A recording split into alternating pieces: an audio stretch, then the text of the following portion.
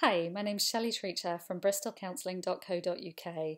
I help people to manage comfort and binge eating. This is part of my quick tip series. I'm producing 2-minute videos every working weekday, and this is week 2. We're on to self-confidence this week, which I think is the backbone and at the heart of any comfort eating. We talked about the basics last week and what comfort eating is, what a binge urge is, how to start resisting it, and what makes us eat psychologically and emotionally. Now we're on to self-confidence, and we really need to start getting into this and understanding it and how to pick it apart and how to challenge it. But first of all, we need to understand how you're criticizing yourself, what kind of self-critic you've got. And this can take so many different forms. One of the most popular, one of the most common things that I see is people who overeat in reaction to feeling criticized, which really actually is their own criticism. But so a common one is if somebody's parents or somebody who loves them says, you're putting on a bit of weight now, why don't you leave the food alone? Or let's give you a smaller portion, or let's take the chocolate away from you.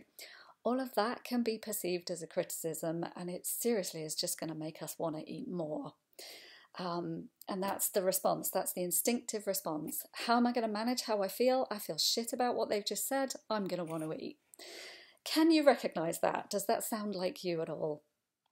But the critic can take all kinds of different forms. I had one client once, bless her, who we realised was saying, you silly bitch, with pretty much everything she did. She's just like, walk out the door and she'd be like, oh, you didn't do that right, you silly bitch.